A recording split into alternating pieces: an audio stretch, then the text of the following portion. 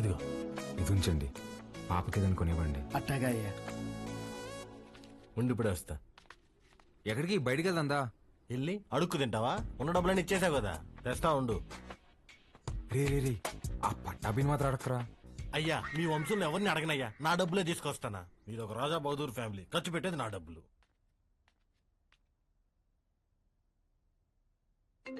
Hello, ఎలా ఉన్నారండి? నేనే కాల్ చేద్దాం అనుకున్నా.